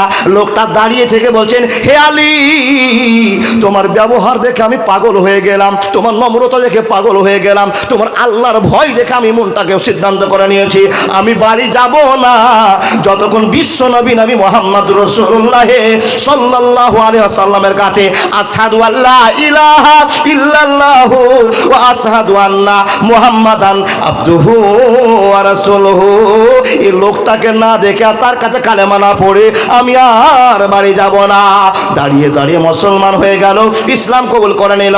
হে মুসলমান, আপনাকে এখন প্রশ্ন করে যাই বন্ধুরে আমার, শাহিদ হতে হলো আল্লাহর ভয় থাকতে হবে, না হলে জান্নাতে নয় খাওয়া যাবে না, যাবে না, যাবে না। Golden Madina, oh my sweetie Madina, I cannot forget you, dear Medina. I cannot forget you, dear Medina. Cannot forget, could not forget, dear Medina. Cannot forget, could not forget, dear Medina. I cannot forget you, dear Medina. You are better than Arse Mohalla. You are better than Arse Mohalla. Dear Prophet is left in Medina. I cannot forget you, dear Medina. একবার জোরে বলুন না সুবহানাল্লাহ। ভাই সকল, তিনটা জান্নাতীকে চিনালাম। কে? এক নম্বরে যারা ভুলকে সংশোধন করবে, আল্লাহর কাছে কাঁদবে, ওরা এক নম্বরে জান্নাতে যাবে। নাম্বার দুই, সিদ্দিকেরা যারা পৃথিবীর কোন স্ট্যাটাসকে সম্মান না দিয়ে নিজে আল্লাহকে সম্মান দিয়ে জীবনযাপন করে, সিদ্দিকের পথ রচনা করেছে, তারা যাবে দুই নম্বরে জান্নাতে। নাম্বার তিন, শাহিদেরা জান্নাতে যাবে। নাম্বার চার আপনাকে বলতে পারলাম না, এই জন্য বলবো না। এখন আমার মা বোন যে বসে আছে, প্রত্যেক দিন রাতে জালসা, প্রত্যেক দিন রাতে জালসা, আমি এই টাইমটাকে শর্টকাটে করছি। আমার একটা অভ্যাস খারাপ আছে, বলতে লাগলে থেমে যাওয়া যাবে না। তাই আমাদের বলছি, মা বোনদেরকে দুটো কথা শোনাতে হবে, যে আমরা তো পুরুষগুলো তিনটা কথা শুনেলাম, কে কে জান্নাতে যাবো, মেয়েদের কাছ থেকে দুটো কথা নিয়ে যাই। আল্লাহর বান্দা মা বোন, এবার মনোযোগ দিয়ে আপনি শুনে যান। নবীকে প্রশ্ন করা হলো, ইয়া রাসূলুল্লাহ, পুরুষের তো পাঁচটা বৈশিষ্ট্য আমরা পেয়ে গেলাম, মহিলাদের ভিতরে কোন কোন মেয়েগুলো আল্লাহ জান্নাতে যাবে, এদের ডেফিনেশন বলবেন না? তো নবীজি বলছেন, আলা উখবিরুকুম মিন আহলিল জান্নাতি, আমি কি তোমাদের সেই মহিলাগুলোকে চিনাবো না যে মহিলারা আল্লাহ জান্নাতের নায়িকা হয়ে ঘুরবে? ইয়া রাসূলুল্লাহ, আপনি বলে দিন ওই মহিলাগুলোর পরিচয় কি হবে, তারা দেখতে কেমন হবে, তাদের কোয়ালিটিটা কেমন হবে, তাদের ব্যবহার কেমন হবে? তো রাসূল সাল্লাল্লাহু আলাইহি ওয়াসাল্লাম বলতে আরম্ভ করলেন, হে মানুষের দল শুনে নাও, অনিসাউকুম মিন আহলিল জান্নাতি আল মাউলুদুল আউদু আলা জাওজাহা আল্লাতী জাগাজাবা হাত্তা জাতু আফিয়াতে জাওজাহা ওয়া তাকুলু লা আযুকু গামাজান হাত্তা তারজা। লক্ষ লক্ষ মেয়েরা জালসা শুনবে, এরা দান খায়রাত করবে, আর এদের ভিতরে এক নম্বরে কোন মেয়েটা জান্নাতে যাবে? তো নবী মুহাম্মদ বলছেন, যে মেয়েটা এক নম্বরে জান্নাতি হবে, ওই মেয়েটার পরিচয় হবে পৃথিবীর কাউকে সম্মান দেখ আর না দেখ, স্বামীর সঙ্গে বন্ধুত্ব রাখবে, স্বামীকে বেশি বেশি করে সম্মান জানাবে, ওই মহিলাটা এক নম্বরে আল্লাহর জান্নাতের নায়িকা হবে। বাপ ও চাচা দাদা বন্ধু, নিজের আত্মীয় স্বজন সবাই আছে, নিজের নিজের স্ত্রীর কথা নিজে নিয়ে একবার চিন্তা করেন তো গো। বাড়িতে আপনার যে বউটা আছে, ও বউ না মমতা ব্যানার্জি? নিজে নিয়ে চিন্তা করেন। আমার বউকে আমি দেখছি, দাদার বউ দাদা দেখবে, বাপের বউ বাও দেখবে নাকি? সম্মান তো একটা আছে। আল্লাহর বান্দা, চিন্তা করুন তো, আপনার স্ত্রী আপনার সঙ্গে কেমন ব্যবহার করে, আপনি রেজাল্ট বের করতে পারবেন এই মেয়েটা জান্নাতে যাবে কি যাবে না। আমি বলছি না, নবী মুহাম্মদ রাসূলুল্লাহ পড়ুন সাল্লাল্লাহু আলাইহি সাল্লাম বলছেন, এখানে যতগুলো মানুষ আছে, বিনীত আবেদন আপনাদের কাছে, লা ইয়াস্তাহি মিনাল হক, লজ্জা শরম করে লাভ হবে না বাবা। আল্লাহ সত্য কথা বলতে লজ্জা করেনি, আর নবী মুহাম্মদ সত্য কথা বলতে লজ্জা করেননি, তাহলে আমরা আর বলতে কেন ছেড়ে দিই? বলে দেন তো বাপ, কোনো কি বাপ বসে আছেন, দাদা বসে আছেন, জীবনে আপনার স্ত্রীর সঙ্গে কোনোদিন ঝগড়া ঝামেলা হয়নি? একটা লোক হাত দেখান তো, 500 টাকা দিব আপনাকে। আপনাদের চুপ থাকা কিন্তু একটা কথা প্রমাণ করছে।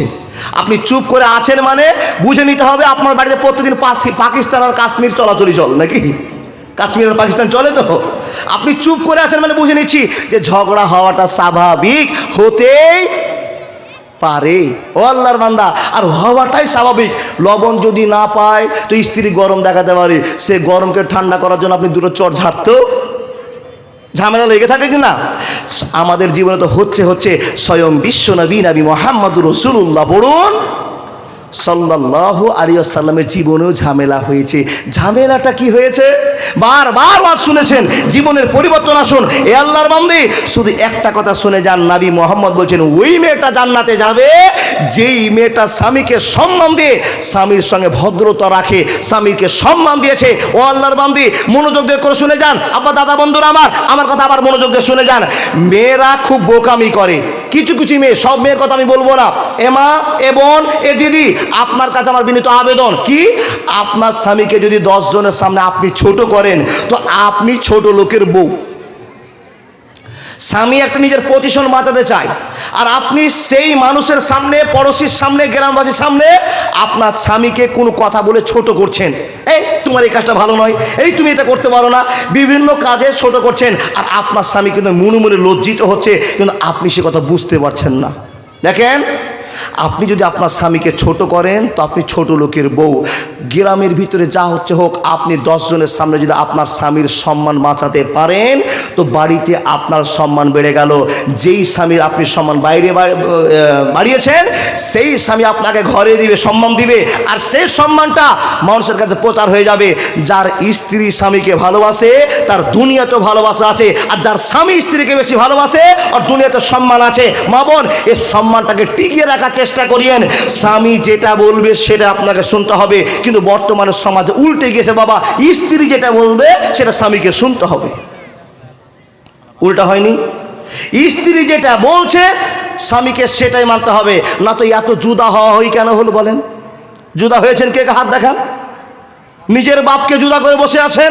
বাপ এখন ওস্তাজি, মা এখন ওস্তাজি, 3 ভাই আছেন, দায়িত্ব নিতে পারছেন না। এই জন্য কি আপনাকে কোলে করে মানুষ করিয়েছে? এই জন্য কি আপনাকে ঘাড়ে করে ভাইয়ের স্কুলে দিয়ে এসছে? এই জন্য কি আপনাকে মাদ্রাসায় পড়িয়েছে? না, আপনার কাছে সুখে থাকার জন্য 3 ভাইকে জন্ম দিয়েছে, 3টা বউ এসছে, 3টা বউ শাশুড়ির কাপড় জামা পরিষ্কার করে দিবে, খাবার তুলে দিবে, ভালোবাসা দেখাবে, সম্মান জানাবে। আল্লাহর কসম বলছি, হাজার হাজার ফ্যামিলিতে দেখতে পাওয়া যায় শাশুড়ির মান সম্মান নাই, শ্বশুরের মান সম্মান নাই। এটা আপনাকে প্রমাণ করে যায়।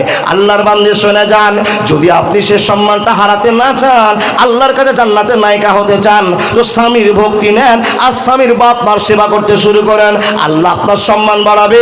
বন্ধু আমার, মা বোন আমার, ভালো করে শুনে যান। আপনি যদি দুনিয়াবাসীর কাছে সম্মান নিতে চান তো আপনার স্বামী সেবা করার পর শ্বশুর শাশুড়ি সেবা করেন। কসম আল্লাহর আপনাকে বলে যায় 5 দিনের ভিতরে আপনার সমাজের নাম ছড়িয়ে যাবে, উমুকের বউটা এত ভালো যে স্বামীর সেবা করে আর তার শাশুড়ি শ্বশুরকে যথেষ্ট হেল্প করে। যদি সম্মান নিতে চান আল্লাহর কাছে সম্মান পাবেন, দুনিয়ার কাছে সম্মান পাবেন। নবীকে বলা হলো, ইয়া রাসূলুল্লাহ, পৃথিবীর বুকে কোন মেয়েটা সবচেয়ে দামি, একবার বলে দেন। তো নবী বলছেন, যে মেয়েটা অল্প কথাতে স্বামীকে পাগল করতে পারে, হাসাতে পারে, ওই লোকটা পৃথিবীর বুকে, ওই মেয়েটা পৃথিবীর বুকে সবচাইতে দামি মানুষ। আমার মুখ থেকে আমাকে আলোচনা শুনলাম, নবী মুহাম্মদ বলছেন, মানুষের দল শুনে না, স্বামী স্ত্রীর ভিতরে ঝামেলা লেগেছে, আর তৎক্ষণাৎ ভিতরে স্ত্রীকে স্বামীর কাছে ভালোবাসা প্রদান করতে শুরু করেছে, স্বামীকে পাগল করতে শুরু করেছে। নবী বলছেন, যেই মেয়েটা স্বামীকে পাগল করতে পারবে অল্প সময়ের ভিতরে, ওই মহিলাটা আল্লাহর জান্নাতের 1 নম্বরে নায়িকা হবে। এরকম বউ কার আছে?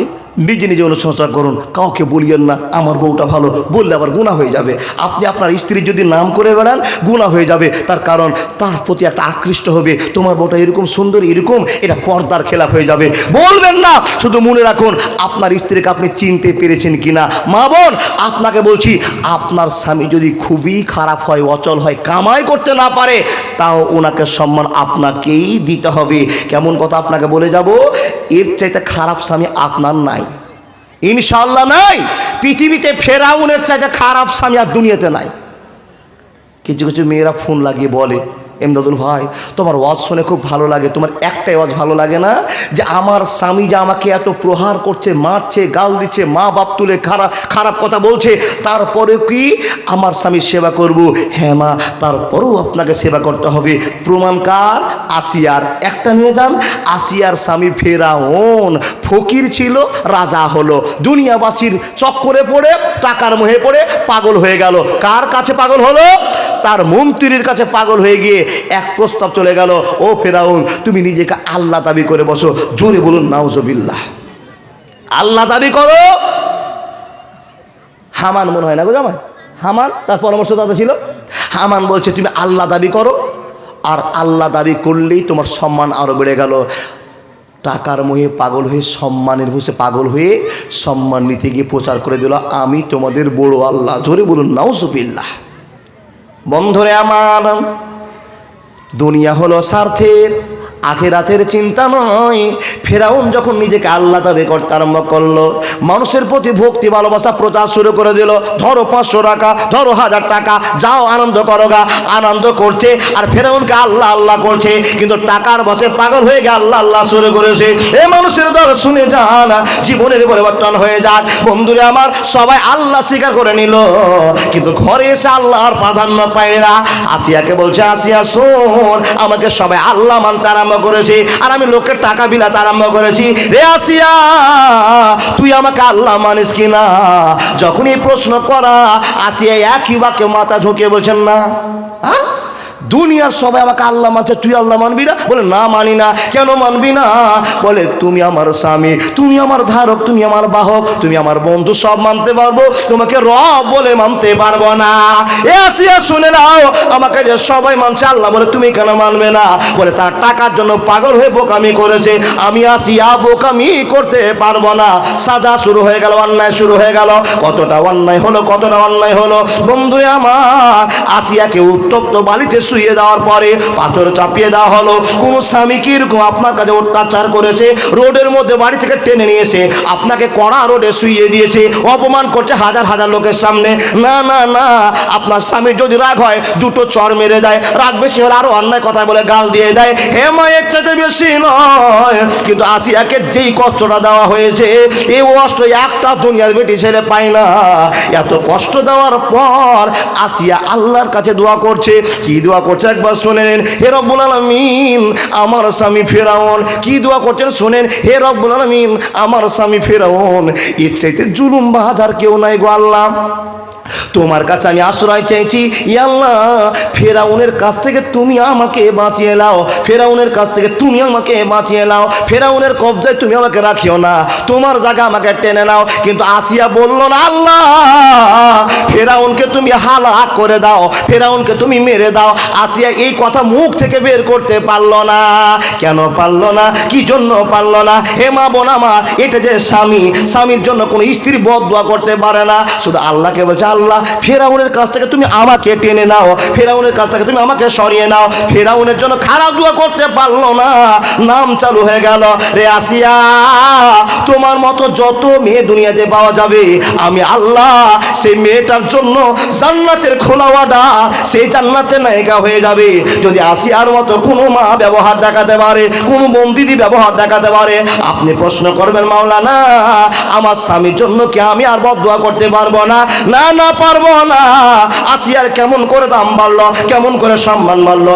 একটা কাজের সম্মান আল্লাহ বাড়িয়ে দিলে আসিয়া মুখ থেকে বললো না, আল্লাহ, ফেরাউনের এত অত্যাচার চলছে, ফেরাউনকে তুমি শেষ করে দাও। এটা কোনোদিন বলতে পারলো না।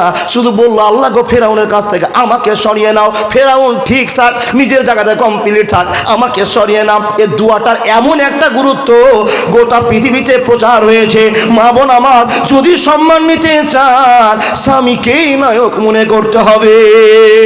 যদি আপনার স্বামী ডেড ব্যাটারি, যদিও আপনার স্বামী অচল, তাও সেটাকে নায়ক মনে করতে হবে যদি জান্নাত দিতে চান। আর যত স্বামী আছে, এই স্বামীগুলো এখন মনে মনে হাসছে যে মৌলভী সাহেব তুমি ঠিকই ওয়াজ করেছো, আমার বউ আমার কথা শুনে না, আজকে খুব জব্দ ওয়াজ পড়েছে। কিন্তু স্বামীগুলোকে আজকে বলে যায়, ও স্বামীরা, যদি আপনি বাইরে কোনো মেয়েকে ফোন লাগালাগি করেন, আপনার স্ত্রীরও ঘরের ভিতরে ফোন লাগালাগি করবে।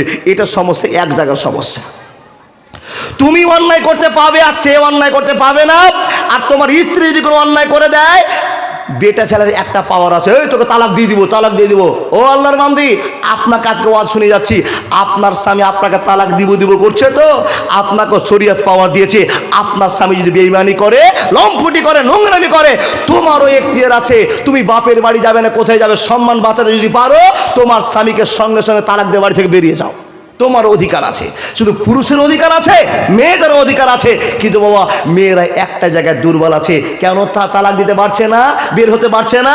একটাই কারণ, যদি স্বামীর ঘর ছেড়ে চলে যায়, বাপ ভাই আমাকে 15 দিন 3 মাস আদর করবে, 4 মাসের বেলাতে আমার ভাবি বলবে, এত বসে বসে নববী করে খেতে দিতে পারবো না, সমস্যা সৃষ্টি হবে। তাই মা বলছি, কষ্ট করে হলো তার সেবা করে জীবনটা শেষ করে দেন, আখেরাতের গল্প করে তালাক দিয়েন না। স্বামীকে বোঝার চেষ্টা করুন। বলো বক্তব্য শেষ করে আপনাকে দ্বিতীয় নম্বরে যে কথা বলবো, তার আগে আপনাকে বলে যাই, জান্নাতের আশা করে আমরা সবাই বসে আছি, কিন্তু জান্নাত ফ্রিতে পাওয়া যাবে না। কি করতে হবে? আল্লাহকে পাগল করতে হবে। আল্লাহ পাগল হবে কিসে? তো আল্লাহ বলছেন, বান্দা তোমার এবাদতে। কি এবাদতে? নূরে সমিন এবাদেনা মান কারা তাকিয়া। তোমার এবাদত আমাকে তুলে দিবে, আমি আল্লাহ খুশি হয়ে যাব, আর খুশি হয়ে তোমার জন্য জান্নাতের নায়কের ব্যবস্থা করব। হে আল্লাহর বান্দা, ইবাদতগুলো কি? বলে নামাজ, রোজা, হজ, যাকাত যা আছে এগুলো করতেই হবে। তারপরে আপনাকে একটা পাওয়ারফুল ইবাদত করতে হবে। কি সেটা গো? বলে সেটা হচ্ছে আল্লাহকে খুশি করার জন্য দান করতে হবে। ইবাদতের জগতে একটা পাওয়ারফুল ইবাদতের নাম হলো দান। দান করলে কি লাভ হবে? আল্লাহ বলছেন, ওয়ালা খাউফুন আলাইহিম, যারা দান করলো তাদের আর কোনো ভয় নাই। জোরে সুবহানাল্লাহ বলুন। কোরআনের ভাষা, যারা আল্লাহর রাস্তায় দান করলো, ওয়ালা খাউফুন আলাইহিম, তাদের কোনো ভয় নাই। এখন যদি এই কথাটা বিশ্লেষণ শুরু করে দিই, মৌলভী সাহেব কিসের ভয় নাই? তো যারা দান করে তাদের জাহান্নামের ভয়ই নাই। জোরে সুবহানাল্লাহ বলুন। তারা দান করলে জান্নাতে চলে যাবো? বলে হ্যাঁ, জান্নাতে চলে যাবে, কিন্তু শর্ত হলো নামাজ, রোজা, হজ, যাকাত করে জমা করে রাখতে হবে। আর দান করলে আল্লাহ বলছেন, ওয়ালা খাউফুন আলাইহিম, তোমার জন্য সমস্যা নাই। আল্লাহর বান্দা, আবার আল্লাহ পরামর্শ দিয়ে বলছেন, বান্দা তোমরা যে দান করতে ভয় করছো, যারা দান করে তাদের একটা ভালোবাসা আছে। যারা 1 টাকা দান করে, আমি আল্লাহ তাকে 10 টাকা বলে ফিরিয়ে দিয়ে রেখে। মাশাআল্লাহ, জাযাকাল্লাহ। আবু হানা আমার দাদা, ধানের পাইকারি 1000 টাকা। এ ভাই মাশাআল্লাহ, জাযাকাল্লাহ। সাইদুর দিয়েছে 50 টাকা। আমার দাদা কি নাম গো ভাই?